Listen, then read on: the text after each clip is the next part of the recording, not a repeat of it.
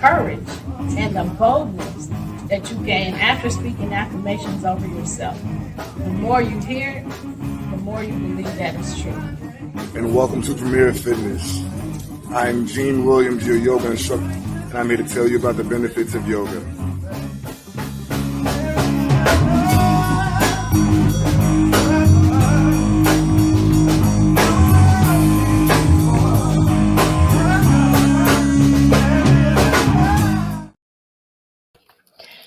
Hey, y'all. Thank you for joining us on Where's the Love today. I am super excited.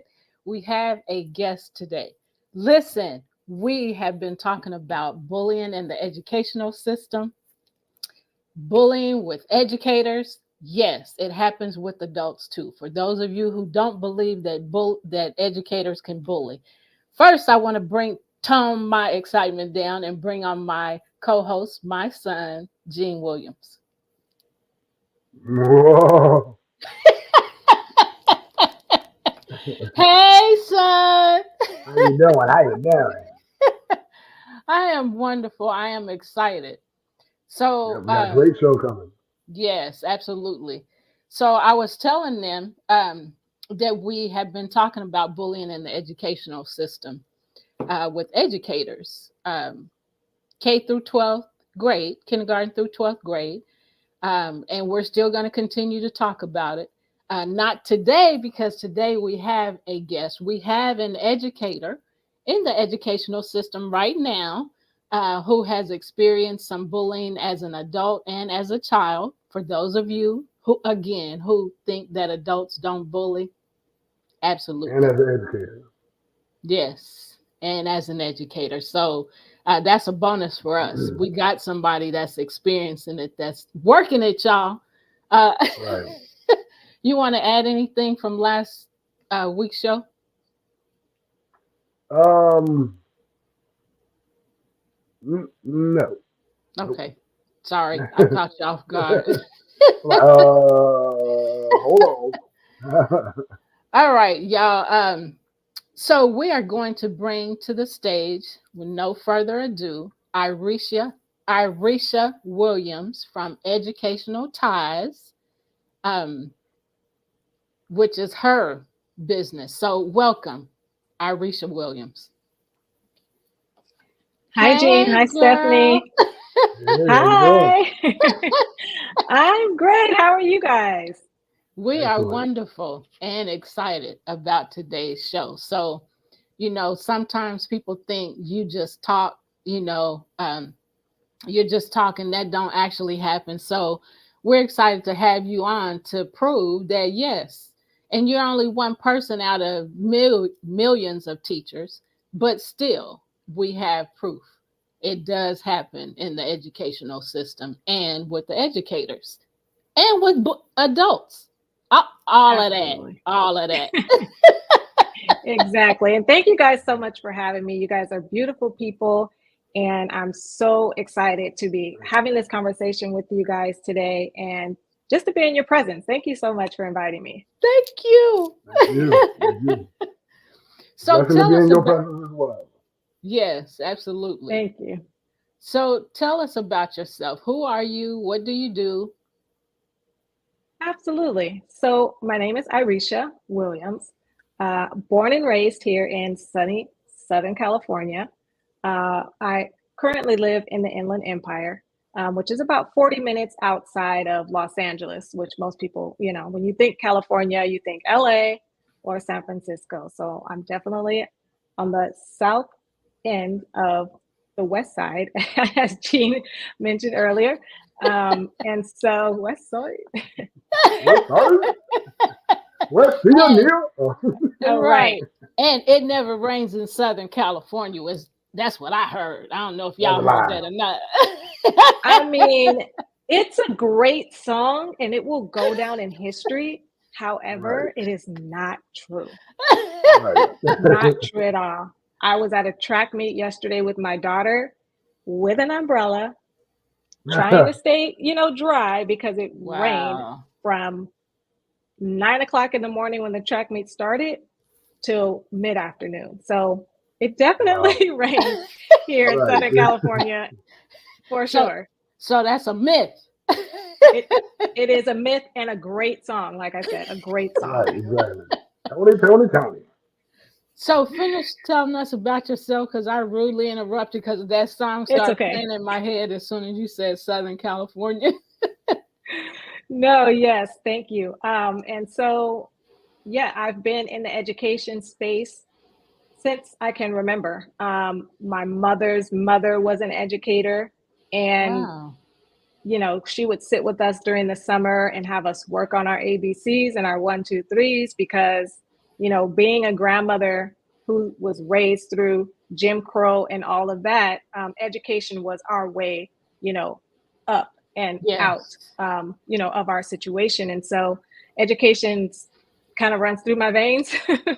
Yeah. And so, it's always been a part of me, and it continues to be a part of me. And so I got into the space of being a special education teacher in 2006, and have been teaching students with special needs, and those that have been diagnosed and those that haven't been diagnosed since then. So it's been a journey, of course, because working with students with challenges can be challenging, but it's a wonderful field, and I love it.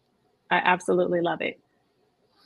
So do you find it more challenging to work with those that have been diagnosed or those that are undiagnosed? That's a great question. Yes, sometimes it's easier to work with a child or even an adult that is aware that they have challenges, Okay. right? Great. Because Right. if you're aware of something, you're more apt to take in information to help you, either work with it or around it. I love that. Yes. And so in 2020, when the pandemic hit, I found a lot of parents that were trying to find answers to how to work with their child and teach them how to learn and go through that digital learning that we had to do during that time. And so that's where I really started my business, Educational Ties, working with parents in their home to learn their child, learn their disability, and help them to build a great school plan and a great home plan. And so working with parents and children, adults, that are aware that they have needs is a lot easier than it is to work with someone who is unaware and doesn't think that there's a problem. Right. Mhm. So while you were talking, I had the thought of, not being able to imagine, children with disabilities being able to, having to deal with the words aren't coming, how to deal with the thought of operating on, functioning with the computer, because even those that, the younger,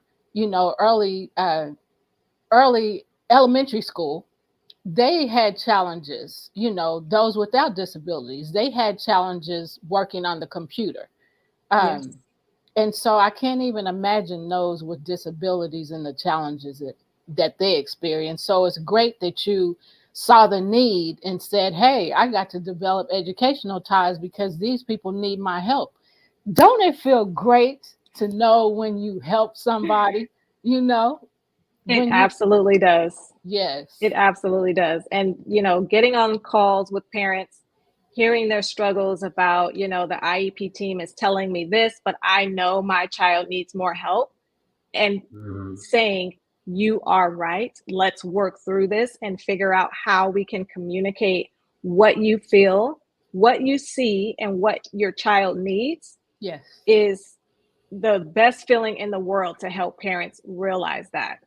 And so it was a great feeling, and it continues to be a great feeling as I continue to help parents and children. Yeah, Yeah, that's awesome. great. So the IEP, tell them, I know you told us what it is and I'm looking at it, but Great explain, job. tell tell us what that is and tell us what it means. What is it for? Yes. So an IEP stands for an individualized education plan. And so it is a plan that an IEP team, which consists of the parent, school staff, and a teacher, a principal, and any other members that can provide support to the child that they may need, like occupational therapy, physical therapy, different things like that. That is the IEP team. And they come together to create a plan to support a child in the school setting with goals, accommodations, sometimes modifications, to help the child thrive and gain educational benefit and progress in a classroom setting. That's great. So that is what an IEP stands for. Thank you for breaking that down. Absolutely. Jean, what questions do you have? So I was going to ask you. So what? Well, you kind of touched on it already about. So the question is, what prompted you to start Educational Tide? You kind of touched on it, but if you can go a little more in depth.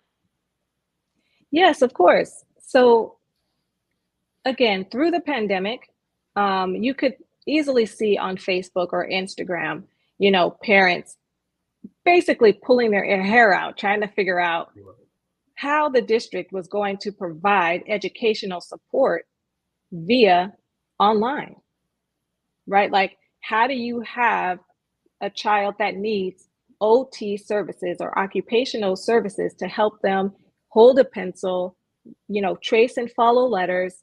How do you do that over Zoom? Right. And how does the district provide that service over Zoom? Yeah. And so, in order to help support parents, I would meet with the parent, talk with them about, what services their IEP suggested. And then I'm not an OT, but I've worked with OTs, occupational therapists, and I could give them some guidance on websites to go to that have, letters that they can print out and help their student at home, how to go through that process. Giving them advice on if the IEP team is saying, oh, we can't provide that service for you because it's digital, right? And it needs to be in person. So how to advocate for your child and say, hey, district, I understand that you can't send an occupational therapist to my home because of the health concerns. However, I would like to request that you speak to the OT and have them send me, paperwork, or have them send me an app that I can go to, and you will pay for it. Since, we're in this digital space right now, you provide the tools that my child needs at home in order to reach the educational benefit that you lawfully have to provide because of the IEP. And Right. so those were, some of the conversations that I was having with parents. That's great. Awesome. Because people, when we don't know what to do and we don't have the answers, we definitely need somebody to advocate for us. That's Exactly. so important. In addition to what you just shared, do you mind sharing, because there's a journey for you as far as special needs, and the reason why you got on that journey, like your college and your personal experience, as much as you feel comfortable sharing? How I got on the journey of working with students with special needs? Yes. Oh, sure. So when I was in high school, I was a tutor. And so, like I said, education's always been in my blood. And then when I went to college, I went to UCLA here in California. Go Bruins. Even though we lost yesterday in our basketball game, but it's fine. Still a great institution, still amazing. Yeah. And so while at UCLA, I became part of a program called the Career-Based Opportunity Program. And it was for college students to go into inner city schools and tutor and mentor. Yeah. And so through that process, I met great teenagers, because we worked at a high school, and just teaching them how to self-advocate, teaching them that, learn about yourself so that when you go to study, you won't study like someone else. You'll study the way that works best for you so that you can meet the grades and meet the goals that you have for yourself. Yes. And once I graduated from UCLA, I worked at a before and after school kindergarten program, which was great. I just was like, little people are cool, but I'm like, okay, I'm kind of getting burnt out because I was there for 2 years. And then my friend brought an opportunity to me about an internship that was being ran through the Los Angeles County Office of Education, which is here in Los Angeles. And I joined that program, and it was a teacher internship program. But you had to work with students with disabilities. And I was like nervous at first because at that time I hadn't worked with kids with disabilities. It was, kindergartners, and, they can get rambunctious, but, it's not the same. Yeah. And so, I was nervous going in, but she told me, she's like, I've worked with these kids for, 8 years. They're just like other kids. You'll do fine because you love kids. So I was like, okay. Joined the program in 2006, fell in love with the students, and it's, history after that. Here we are, 15, almost 18 years later, and I'm still in education with students with special needs because they are just special people. They really are. That's so awesome. Yeah. Thank you. Jean, you want to ask one of your questions? So in school, you studied psychology. What prompted your studies in psychology and becoming a behavioral specialist? Yes, great question. So psychology came to me by way of a summer school class that I took in between, my freshman year and my sophomore year. You're looking down the list and you have to choose a class, under the category of humanities. And I'm like, psychology, the study of how people work. Interesting. So I took that class, and that really opened up my mind to, developmental delays, psychology of a child, child development. And so it just propelled me into a psych major. And once I joined that psych major is where I found the career-based opportunity program. And it just flew me all the way into education after that. Because I originally went to UCLA thinking I was going to be an engineer. Boy, was I wrong. I guess I'm still an engineer, but more an engineer of education and helping people figure their way through things, not, buildings and mechanicals and stuff like that. Right. So once you learned the psychology piece, you additionally added the behavior piece. Is that how it went? Yes. So once I became a teacher, I was, in the classroom doing great. And again, my friend was like, hey, there's this program. And I had already been thinking about getting a master's because financially, in the education sector, it makes sense. The more education you have, the more pay you're able to get. So I had already been thinking about a master's program, but the opportunity was to do a master's that had an emphasis in teaching people and applied behavior analysis. And so that was very attractive to me because I already worked with students that had behaviors. And so it just seemed like a great fit. And in addition to how I was supporting students in the classroom already, knowing more about the mechanics of behavior, why behavior happens, what kind of need they're trying to fill with exhibiting these behaviors, and how to create a plan to help mitigate those behaviors was perfect. Wow. Awesome. You was being So yeah, set you're up. still an engineer. Right. Exactly. And you were being set up for the next step every time you took one step. And that's something that I see in my life right now is, you got to do one thing first. Take a step and, in that, and then other things will present themselves when it's time for that thing. And so that's what I just heard, from you without you saying those words. Opportunities just keep coming, and that's how it is. As long as you're sitting not doing anything, nothing comes. But once you take a step with what and another way to say it is, what do you have in your hand? What you have in your hand is the step that you take right now. That's what knowledge do you have right now. Do something with that, and then other things will come, because you, in faith, you took and did the one thing that you understood at the time. Right. That excites the heck out of me, just knowing that.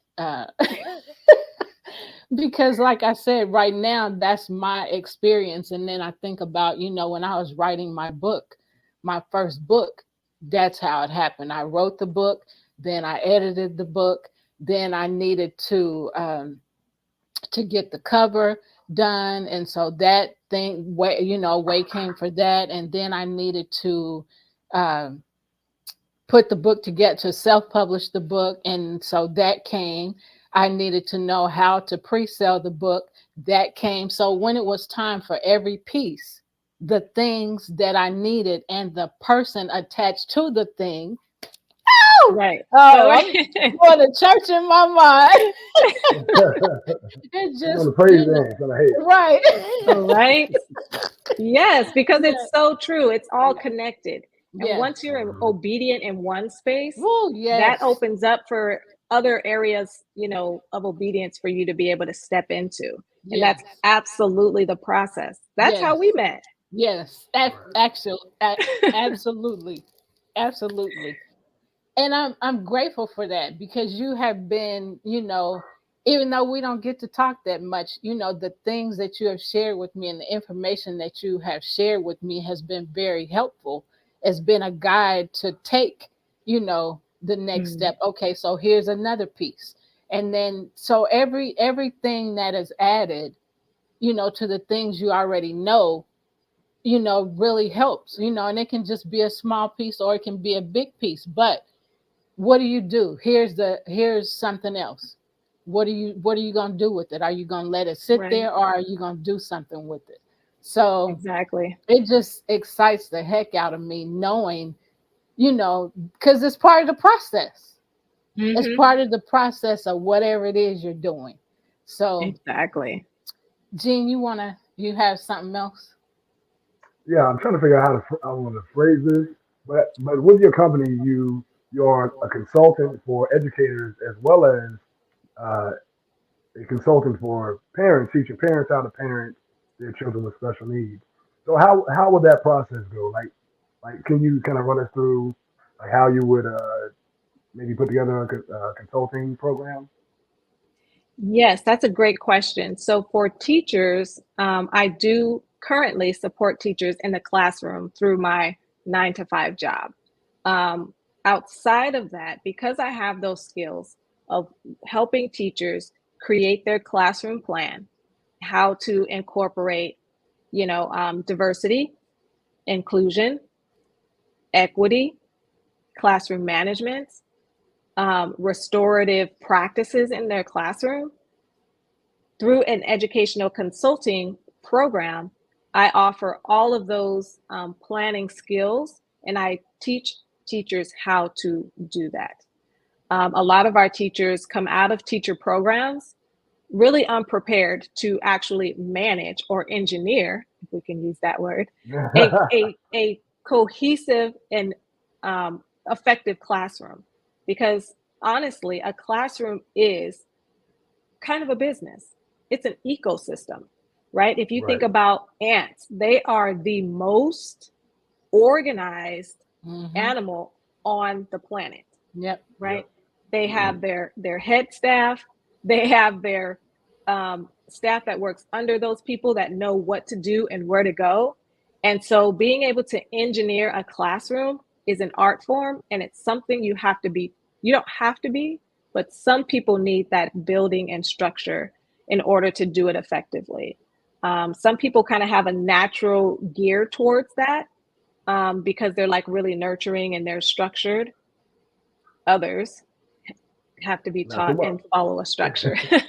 Right. So they hire people like me to come into their classroom, assess how they're currently doing, give them some pointers on how they can improve, and then continue to coach and monitor them through developing that plan that we work together to devise. That's Awesome. great. Awesome. Wow. Mark has a couple questions. Jean, did you want to add something to that piece? No, she hit on everything I was thinking about. Okay, good.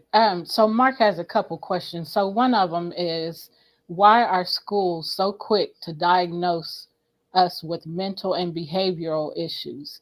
Not saying we don't have the problems in our community. That is a great question. That is a multi-layered question. And I would venture to say that if you compare a school that is in a rural, predominantly Black community versus a rural, predominantly white area, you would have differences in who qualifies for what. Yeah. And unfortunately, the majority of our schools are predominantly white institutions with African American students. And when you're in that space, they don't really understand our kids. Yeah. Right. And I can say that because one of my sons, he was born in 2005. Great kid. He's 18 now, about to graduate from high school, but the beginning was a struggle.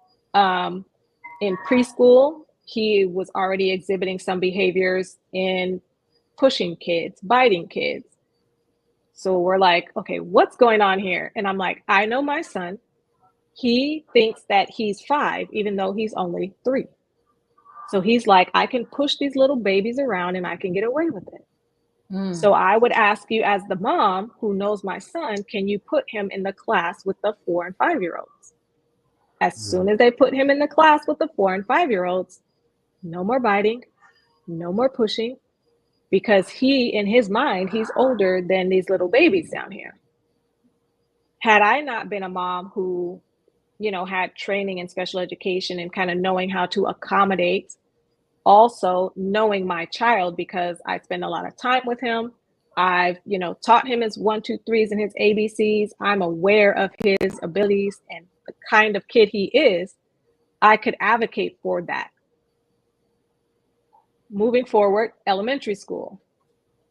He's, again, not wanting to do work, not wanting to listen, doing all of these things. So I work with a teacher to create a behavior plan for him. Now, this is unofficial because you can go through a process to have your child formally assessed and see if they have behavior, challenges based on what the researchers say, right? So I'm building these plans with these teachers. We're doing sticker charts and incentive forms, and he's bringing home a daily, weekly chart of his behavior. Every Friday, we're going to get Slurpees because he did a great job. Or if he's not doing so well, we're sitting down and we're talking about the situation, what he could have done better, how he can respond, and all of these things. This happens from kindergarten to 6th grade every year. we're talking to this kid about what he's doing, what we need him to do, and how he's doing it, rewarding him or having conversations. 6th grade, I was like, okay, let's go ahead and get an evaluation because I just want to see what's going on. We did the evaluation. We get to the meeting where they talk about their findings and what their plan would be for my son. Come to find out, based on the assessments that researchers have, created, he falls under a category of disability called oppositional defiant disorder, or ODD, you will see it. And that mark falls along those lines of behavioral issues, right? So they're telling me, your son, he is in the 7th grade and he reads at a 10th grade level. Your son's in the 7th grade and he does math at the college level. Your son is in 7th grade and da, da, da, da, da, da, da. I'm like, okay. When you look at the qualifications for oppositional defiant disorder, there are 5 areas that he can qualify under that would say, yes, he has this disability, 5, or 0, no, he doesn't. This kid falls right in the middle. He has 3 of the 5 things that would qualify him for an IEP, or individual education plan, through the school. So after a 2-hour meeting, I told them, thank you for the information. I do not want to accept your offer of FAPE, which is free and appropriate education, based on the school and what they would need to offer. If I said, yes, I want you to categorize my child under this disability and provide them services. So families in our community, we can go through that process of seeing the assessments on what they say our child has. We do not have to accept that offer. And most parents don't know that they can say no, thank you. Because those plans, that information that you get from all of these psychologists that have done these assessments and created this, these DMS-5, the Department of Mental Health says that this is the criteria for autism. This is the criteria for oppositional defiance disorder. This is the criteria for, ADHD. Those are all great tools to gain information about what your child could possibly have as far as a mental or developmental disability. You do not have to accept that plan that the school recommends. So if more parents knew that they didn't have to accept it, we would have less diagnoses, for one. That's on the parent side. We don't have to accept it. What you can do is take that information that the team gives you, work with a professional in your home and help create a plan. You can take that information that the school gives you and work with a teacher and say, hey, let's create an informal plan that can help this child while he's in your classroom. Some parents will agree. Some teachers, will agree to that plan because it's going to benefit them. Right. Right? Because if I know Johnny is triggered by pink pencils, then I, as a mom, I can give you all blue pencils. Right. It's okay. It's going to help you, and it's going to help Johnny because he's not going to be triggered and have a behavior, and it won't happen in your class. So of course, that's a very simple explanation for things that are much more complicated than a pink pencil. But just to get you thinking about, things like that. The second thing for schools is that a lot of them don't know, they don't have answers for behavior. That's the bottom line. And just like Stephanie, you and I have been talking about, a lot of schools don't have the answer for bullying because they're so big of an institution, and bullying is a microcosm, right? Yeah. It's this small isolated area of their district where things are happening. And if you don't have staff to help mitigate and support those things, they're going to continue to happen. Yeah. And so most districts don't have people like myself, people like some of the other educators that we've met, Stephanie, through other programs that can come in and say, hey, this is how you most effectively work with students of color. You have to build a relationship with them. Yeah. I tell my son's teachers all the time, ask him how he's doing today. Because if you don't, you might get a different, you might get a different child today than you did yesterday. But it's just a quick, hey T, how you doing? And he'll just give you a head nod, good. But he knows that you know what I mean? Like, it's little things, little things. Make a big difference. Yeah. Make a huge difference. But if there's no one at the top teaching these systems to teachers, to principals, to coaches, then it's going to continue to be this overdiagnosis of our, children, because it's a lack of understanding and a lack of awareness that a lot of school districts just aren't willing to look at or change. Yeah. Girl. Sorry, I know that was a long answer to a small question. Needed that.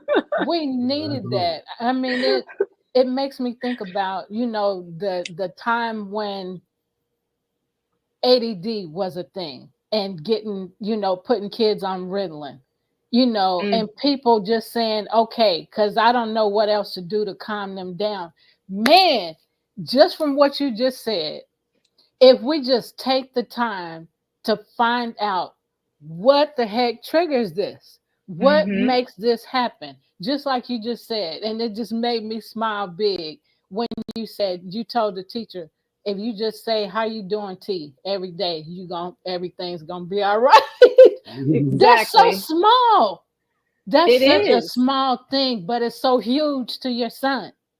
It is so huge. And I meet a lot of teachers that are like, that's too much work. I can't, but you can. Right. Which is more, right? You have to really pick your battles. Which is more?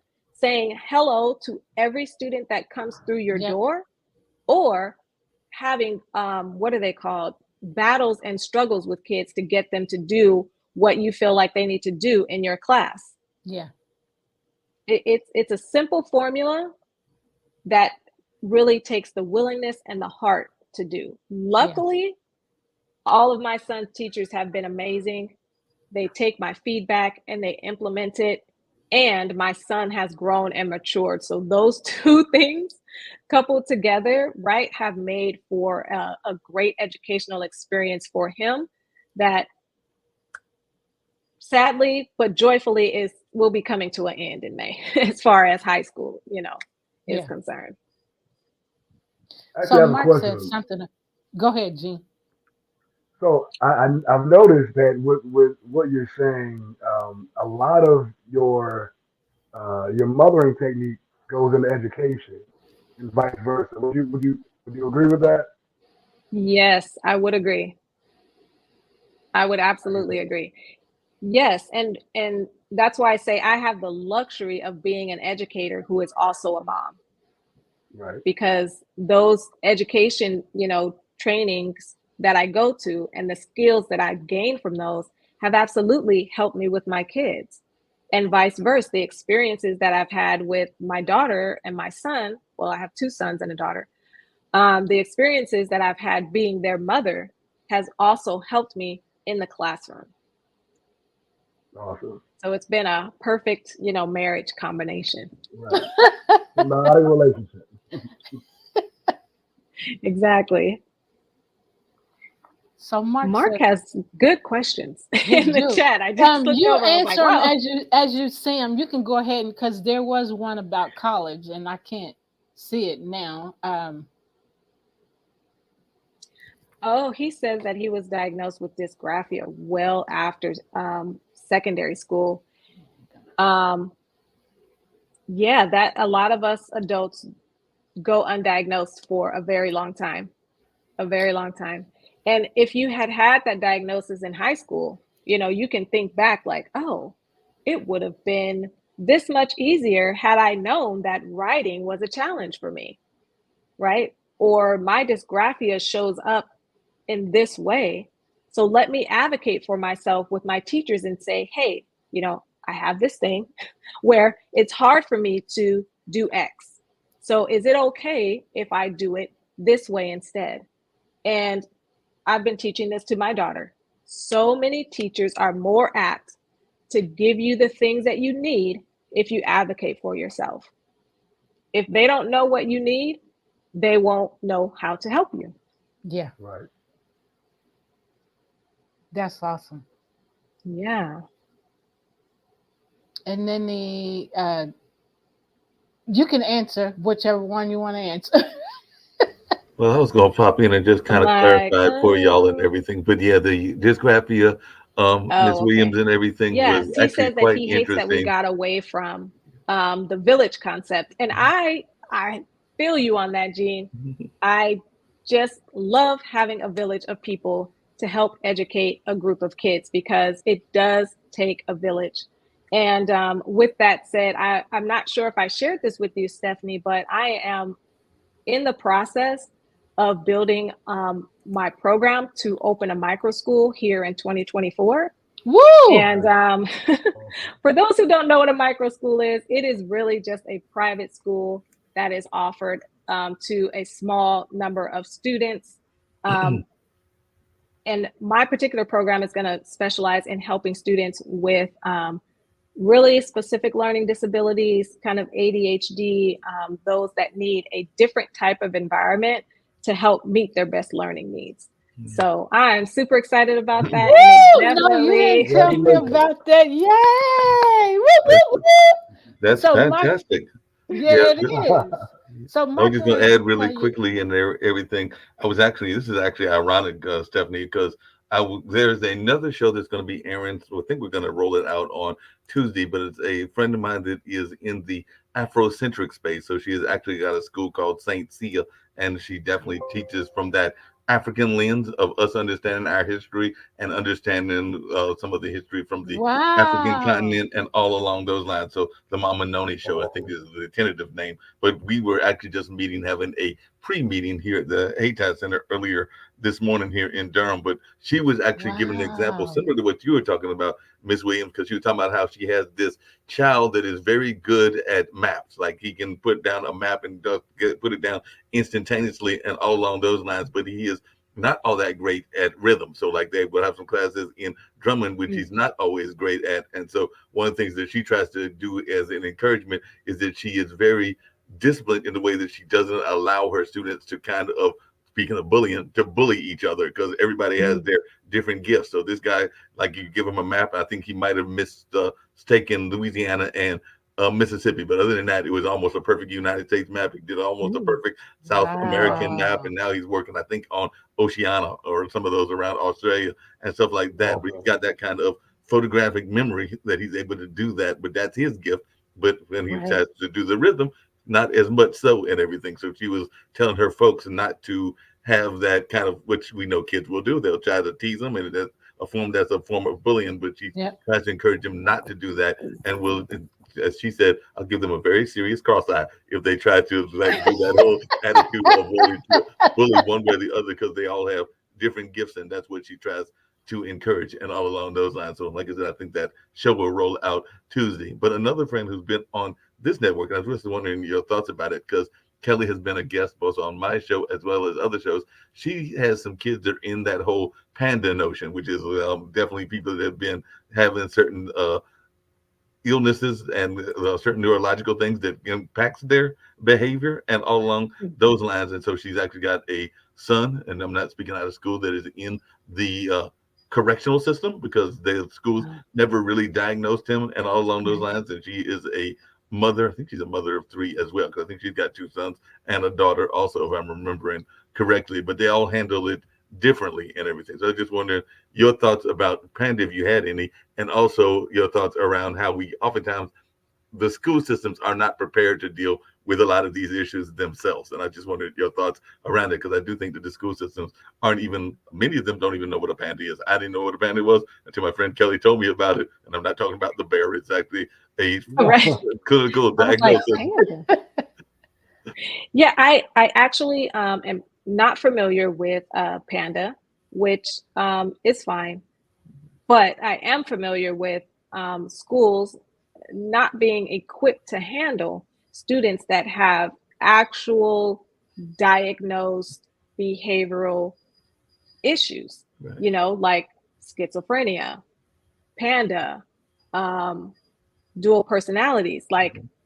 schools don't even have full-time mental health counselors.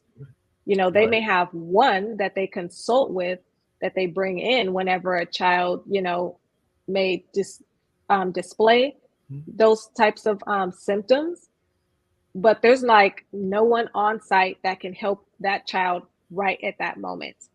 And that is a huge gap in the education system, because I've helped to place, each year that I've been a teacher specialist, I also work with non-public schools, Mhm. which is a way that districts contract with non-public schools that help support students that have those real, you know, defined behavior issues like schizophrenia, like Panda, you know, like dual personalities, those types of things, because the school is not set up, they're not designed for to be able to support kids with those types of needs.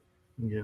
I just And so it's a tough situation. I mean, we've had a handful of kids that have had to go into residential treatments because that program offers things like horse therapy, ocean therapy, music therapy, that actually helps to support kids with those diagnoses, actually be able to calm their system down enough to learn some new things. So yeah, there's a huge gap in our education system when it comes to that. There are places that are filling them slowly, but there's a large number that go undiagnosed, have those challenges, you know, become part of the correctional process because they don't have answers.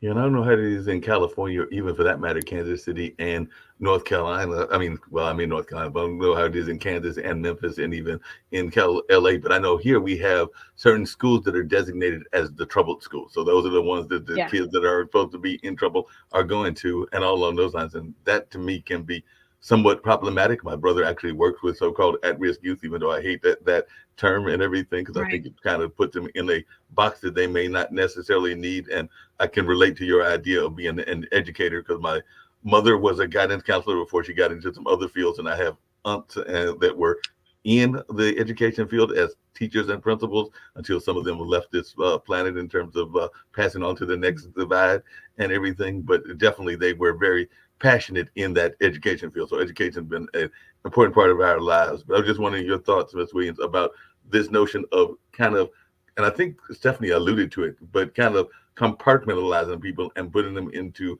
a box, because I think we do a lot of that as well. Oh Yeah. yeah. We we definitely do, and it's a double-edged sword, to be honest with you, separating students in those types of categories, because a lot of times some students are just acting out for attention, but if the school doesn't know how to support that attention, they will send them to one of the specialized schools. Out here in California, we call them non-public schools, Mhm. and they'll send them to that type of program. But there are other kids there that also have behavior issues that may be more detrimental to a child's life than that other child that you just sent over there. Because a lot of times what happens is they pick up behaviors from other kids because they're all in the same area. So you have 10 kids that act out in different ways. So, oh, I see Johnny over there's banging his head up against the wall, and the teachers come and they give him candy and take him out. Oh, maybe I should try that. Right. You know, so it a lot of parents really do fight against sending their kids, or allowing, or agreeing to, not allowing, agreeing to send their kids to those programs, because that does happen. Kids do pick up other behaviors from other kids. And so, you know, those schools are challenging for that reason. Um, some schools in other states have answered the call by having this types of schools on site. So instead of doing a separate school, they keep the students in like a positive behavior incentive school, PBIS, on site, so that they're still with their peers, but they're getting the support, the behavioral support that they need in a smaller, separate setting, but still on campus, so that they're not isolated away from everyone else. So it really, it's a double-edged sword, because some kids need to kind of be separated so that they can get that therapy, because those schools have therapists on site that are available the whole time that kids are in school. Yeah. Whereas on a general campus, we don't have that. Yeah, that's very true. So Before I turn it over, you really have to look at the kid and decide based on that student what they need and how that program can support them. Before I turn it over, and y'all can go a little bit over if y'all need to and everything, because I'm actually in my cultural arts center and I can stick around a little bit longer if y'all choose to, and all of those lines. But just before I disappear and everything, and y'all can decide when y'all want to get Jean's song on and all along those lines, I was going to have a little bit of fun, because Jean knows that we have fun on this show as well with some of the joking. Part of what happened with the dysgraphia is that it might have helped me get through Marquette, because I had teased you about Marquette and UCLA and the game and everything earlier. But it might have helped me when I was at Marquette, because having that very bad handwriting, I am convinced to this day, and I'm in my early 60s now, that there were some teachers that might have given me some decent grades that might not have been earned because they couldn't read my handwriting. So they were going like, it looks like it's good, so I'm going to go ahead. Right. A B or a C. They weren't going to give me an A. I'm not going to say that they were going to be that generous, but they might have been like, it looks like he has a concept of what he's talking about. Not sure that I can quite read it, so I'll go ahead and give him that B. That's hilarious. And on that note, I'll let y'all continue. That's funny. And he may be right. You never know at this point. Yeah. Right. Yeah, because everybody does things so differently. And, that just made me think about, kids in sports, that weren't academically, performing, the way they should, but they pushed them and said, well, we need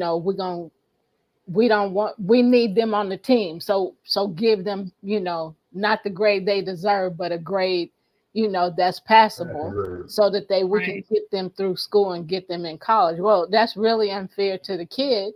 It feels good to them, but it's unfair to them because they're really not learning, at the level that they should be learning. So that's true. Yeah. Jean, you got something else? Yeah, so we never did get an opportunity to speak about your bullying experiences professionally. Oh, thank you. I got you. Had to bring it back. Little back in. Exactly. So, as an educator, what kind of bullying comes back to mind? Or, so I'll ask you this in a two-part question, because I want you to choose with the time that we have. I know Mark said we can go over, and that's okay too. But when you read the list of the different types of bullies, what came back to mind for you? And then I still want you to touch on, not yet, but I still want you to talk about, so that the people can hear a bullying experience from an educator's experience. So the list. Okay. What came to mind as you read the different types of bullies? So the funny thing about the list is, I want to say at least 2 months ago, late last year when we first met, I saw that list, and it did not hit me the same way that it did when I saw it 3 weeks ago. And it may be, I think you were saying, because you added some questions at the bottom that really kind of stir emotion in people to get them thinking about bullying and how it's impacted their lives.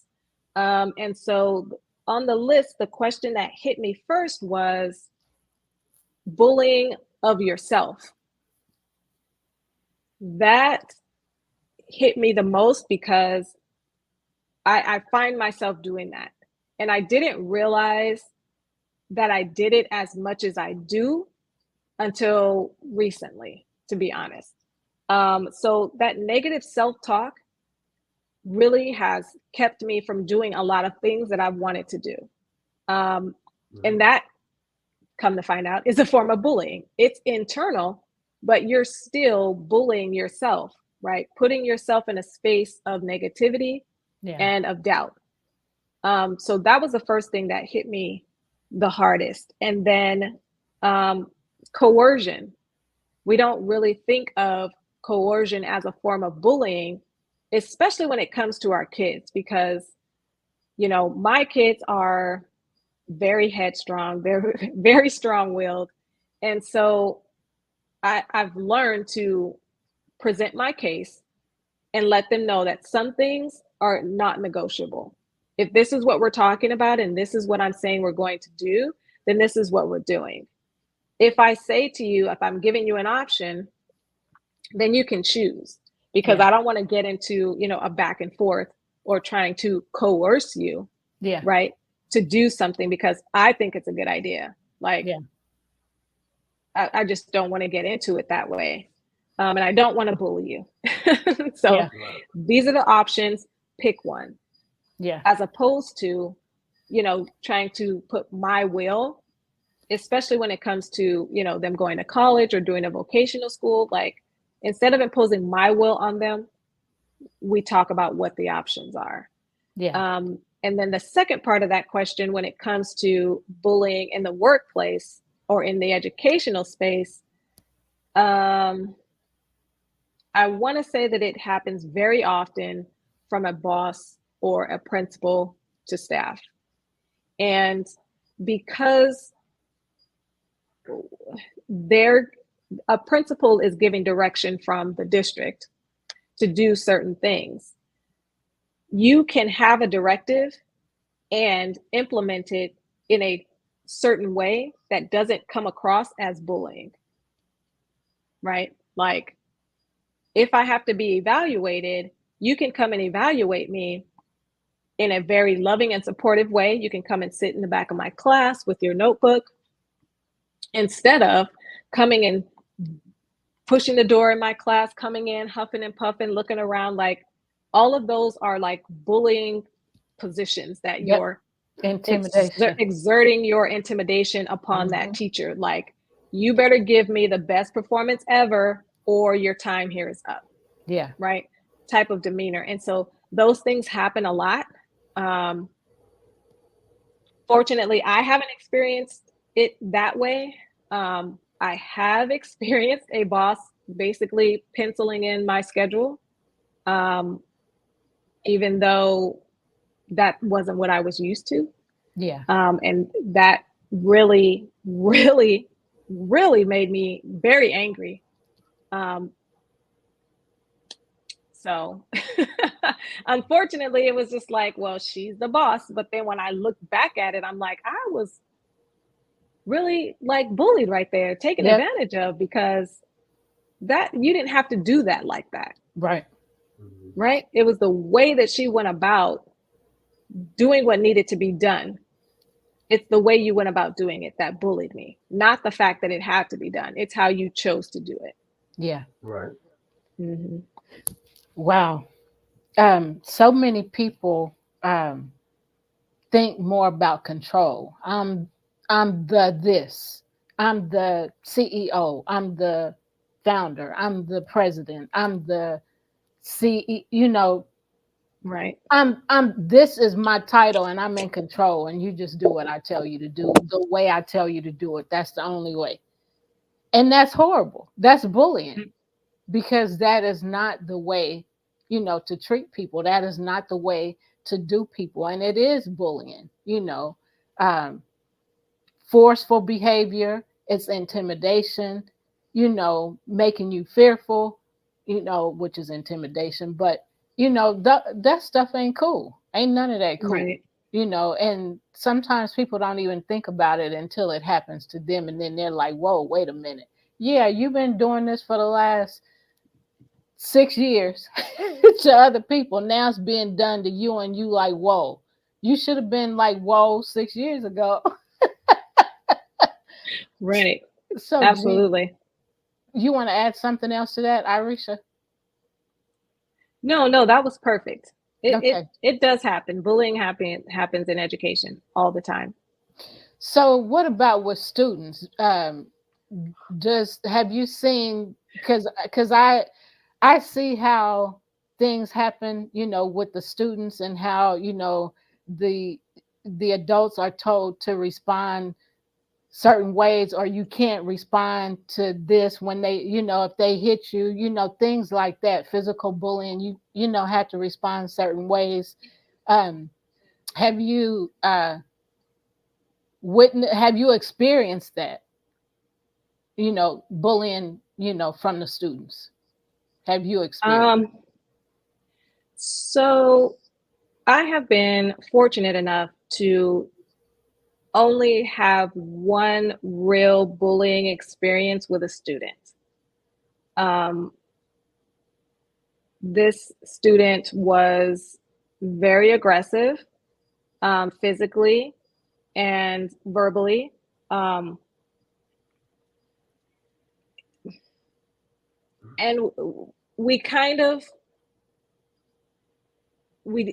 teachers are trained, especially in special education, to in non-invasive, hands-off types of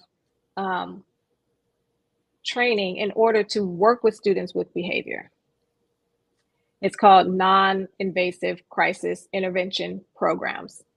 And so that teaches you the de-escalation tactics of how to interact with a student when they're in crisis. And so we use those skills to help de-escalate situations when students get triggered by things. Yeah. This particular student, we use those those crisis intervention programs with, and it would take hours to de-escalate him once he was triggered for, whatever reason he was triggered for. Yeah. He was physically aggressive towards people, scratching, biting, punching, pulling, kicking. Wow. And we had this student for a couple of years. And it's hard for teachers to, work with students like that within the bounds that you want to be respectful to a child, right? Because if it was your child, you wouldn't want someone putting their hands on, holding kids down, locking them in closets. Like, all of that stuff is not okay. Yeah. And so being trained in crisis intervention, also being trained in applied behavior analysis, right? Being able to set up a plan of action for when a student is having a crisis moment helps to decrease those moments over time. Unfortunately, with this young man, he was with us for 3 years in high school, and the behavior remained the same. And so it was very challenging to work with him. I loved this. Everyone loved him because when he was just being himself, untriggered, unbothered, he was a great, great kid. Once he was triggered, it was hours upon hours of aggression. And so it's hard being a teacher because you're not their mom, you're not their dad, you know what I mean? So you have to really approach the situation from an educator's perspective or from a therapist's perspective if you have that training. And so it's very challenging, very challenging. Wow, I can't even imagine. I just know that I wouldn't be able to be a teacher. I mean, a lot of people say that, and it's not true. And I want to say to you to not say that about yourself, because you actually do teach. You teach here on this platform, right? And so when you think of teaching, it is this thing of how you talk and you interact with people.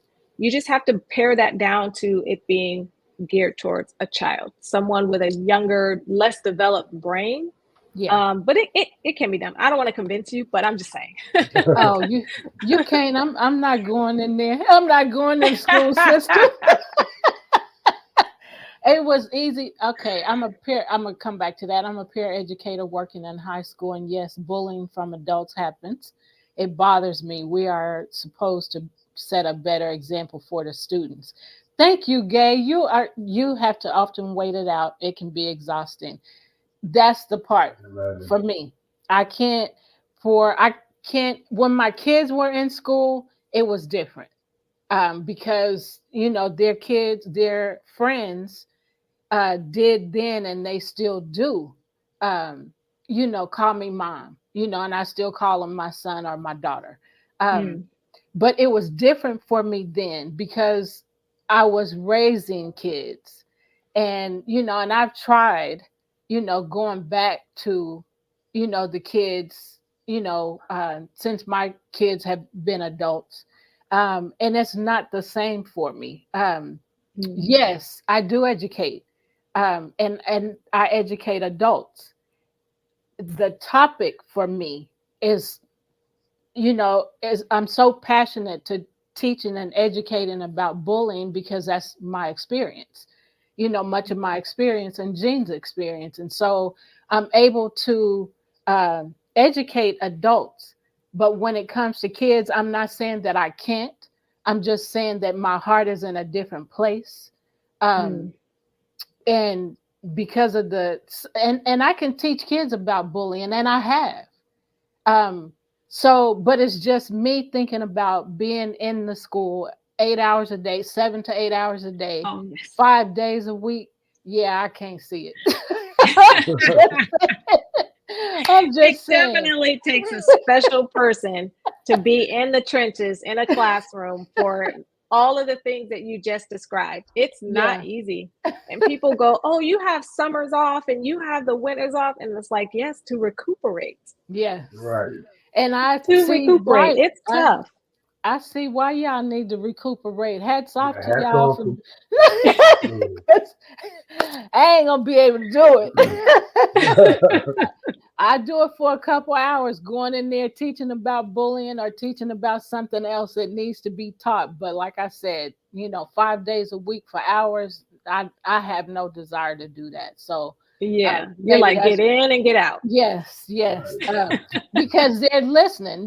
They're willing to hear. It's me again. I had a question for Ms. Williams because the other Mark. thing that I work at and everything is, and Stephanie and Jean know this, I work for a testing company, and sometimes I have a problem with the testing company because sometimes we got to do jobs to pay the bills, and that's one of them. And there are various ones, but this is one on the East Coast. I just wanted your thoughts around the testing system, because that to me is another form of bullying, because I think that sometimes we pigeonhole them in these kind of standardized testing all along those lines. But as an educator and one that's coming from the West Coast, I was wondering your thoughts around that whole notion of standardized testing, which has become very popular even pre-pandemic and everything. That's a great question. And all three of my kids would agree with you that testing is a form of bullying. They would agree because they have the mindset that just teach me the information, let me tell you what it is, and then let me go home. Because I just told you through my homework that I know how to do this. Now you're going to test me again? And then you're going to ask me about stuff you taught me 3 months ago? That's not equal. Yeah. That is not equal. So testing, and I tell them testing is hard because if I don't test you, how am I supposed to know what you know? Now, you can test a person and not have it count for or towards anything other than knowledge and improvement, right? Because if you teach me about the alphabet and then you give me a test about the alphabet, if I only know 5 of 26, we don't need to go back and do something different. Yeah. Right. So from a place of knowledge, yes, I agree with testing. From the standpoint of using it to determine outcomes for kids, that's a little different because, as we know, most Fortune 500 companies have CEOs and owners that were C students. Yeah. Right. And some Or of us dropped out that of high got school. all A's in high school Right. aren't doing much. Yeah. Yeah. And one of the things Or that I any run knowledge. into is that sometimes there's a bias on some of the testing too that can be biased either around, as y'all mentioned earlier, urban and rural, or around race and a number of other things. Because what if you ask somebody a certain question, the answer that you might get from, say, South Central LA might not be the same answer that you're going to get from somebody in Boston, but they're expecting the same answer. I mean, 2 + 2 is always going to equal 4, but there's some that are more subjective, and I don't know always that the instructors or even the people that are doing the grading are fine-tuned enough to know how to deal with those kind of subtleties. That's the word I was looking for. Exactly. And they're not. Perfect example on one of the standardized tests, it's called the LPAC, which is the English Language Proficiency Aptitude, blah, blah, blah, whatever the last letter stands for. But it's basically to test second language learners and see how proficient they are in English. Well, one of the questions has a picture of a saucer and a teacup. And the question We don't have asks, that. what do you use this for? What is this called? My own children who have only spoken English did not know the word saucer. They Right. said it was a plate, Right. which it is. Right. But if you pare down that category, it's a saucer. But we don't talk about that item that way in our home. Right. Yeah. Yeah. It's go get the cup that I'm going to drink tea out of, or go hand me that cup, that's this or that. But it's not hand me the saucer with the teacup.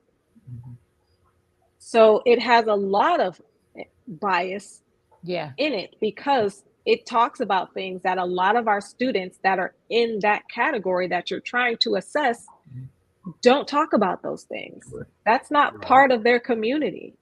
Now, I mean, I don't want to come across, racist or anything, but if you ask kids that are of Latin descent something that's specific to their culture, Right. then yes, they may know that thing, right? Because there are, one of my sisters is really big into like Aztec culture. And so she would know what this particular vase is called.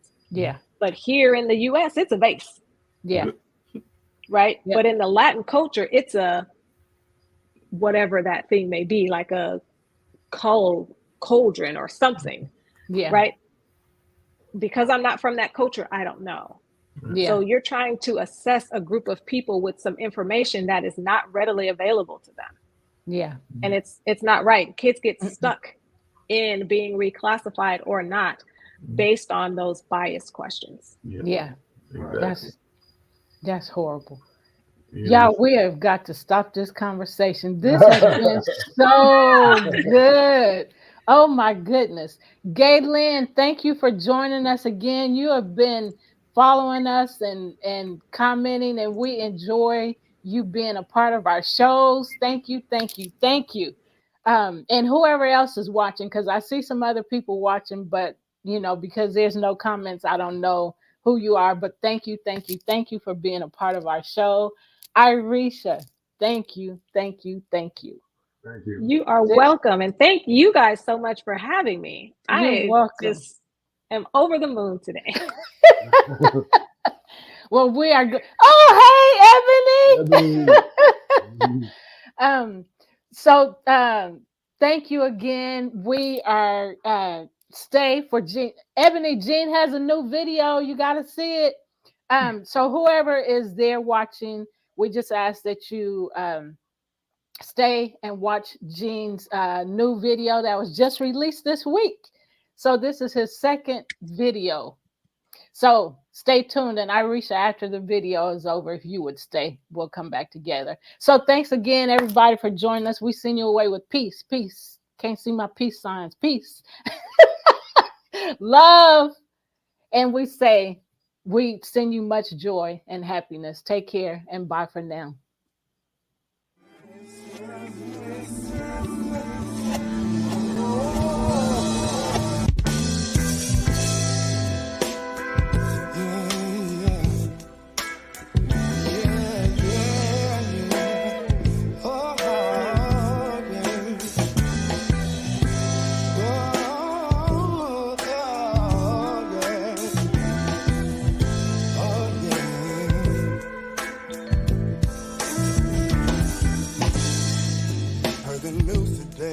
police took another life. Gunshots ring out, even though he had his hands held high. Yo, I'm sick and tired to walk my brother's chalk out lines. Need to come together, set a plan, and then mobilize. Oh, what are we gonna do? What are we gonna do? What are we gonna do about all the hell that we're going through? Now stand up, shout out into the walls of Babel on the feet. Stand up, come on y'all, and let's make some history. Stand up, rise up and know you ain't gotta follow, you can lead. Stand up y'all, we can do this, you and me. Monsanto monopolized the whole grocery line. So we all gon' have 12 toes, 3 thumbs, 3 eyes. If we keep being sheep, these wolves are gon' rob us blind. Let's occupy our mind space, cause the revolution won't be televised. Oh, what are we gon' do? What are we gonna do? What are we gonna do about all the hell that we're going through? Now stand up, shout out into the walls of Babel on the feet. Stand up, y'all, we can do this, you and me. Stand up, rise up and know you ain't gotta follow, you can lead. Stand up, y'all, we can do this, you and me. Oh, mercy, mercy me. The government should nurture your destiny. When will all these wars be done? Hopefully before another moment has the money. Yeah.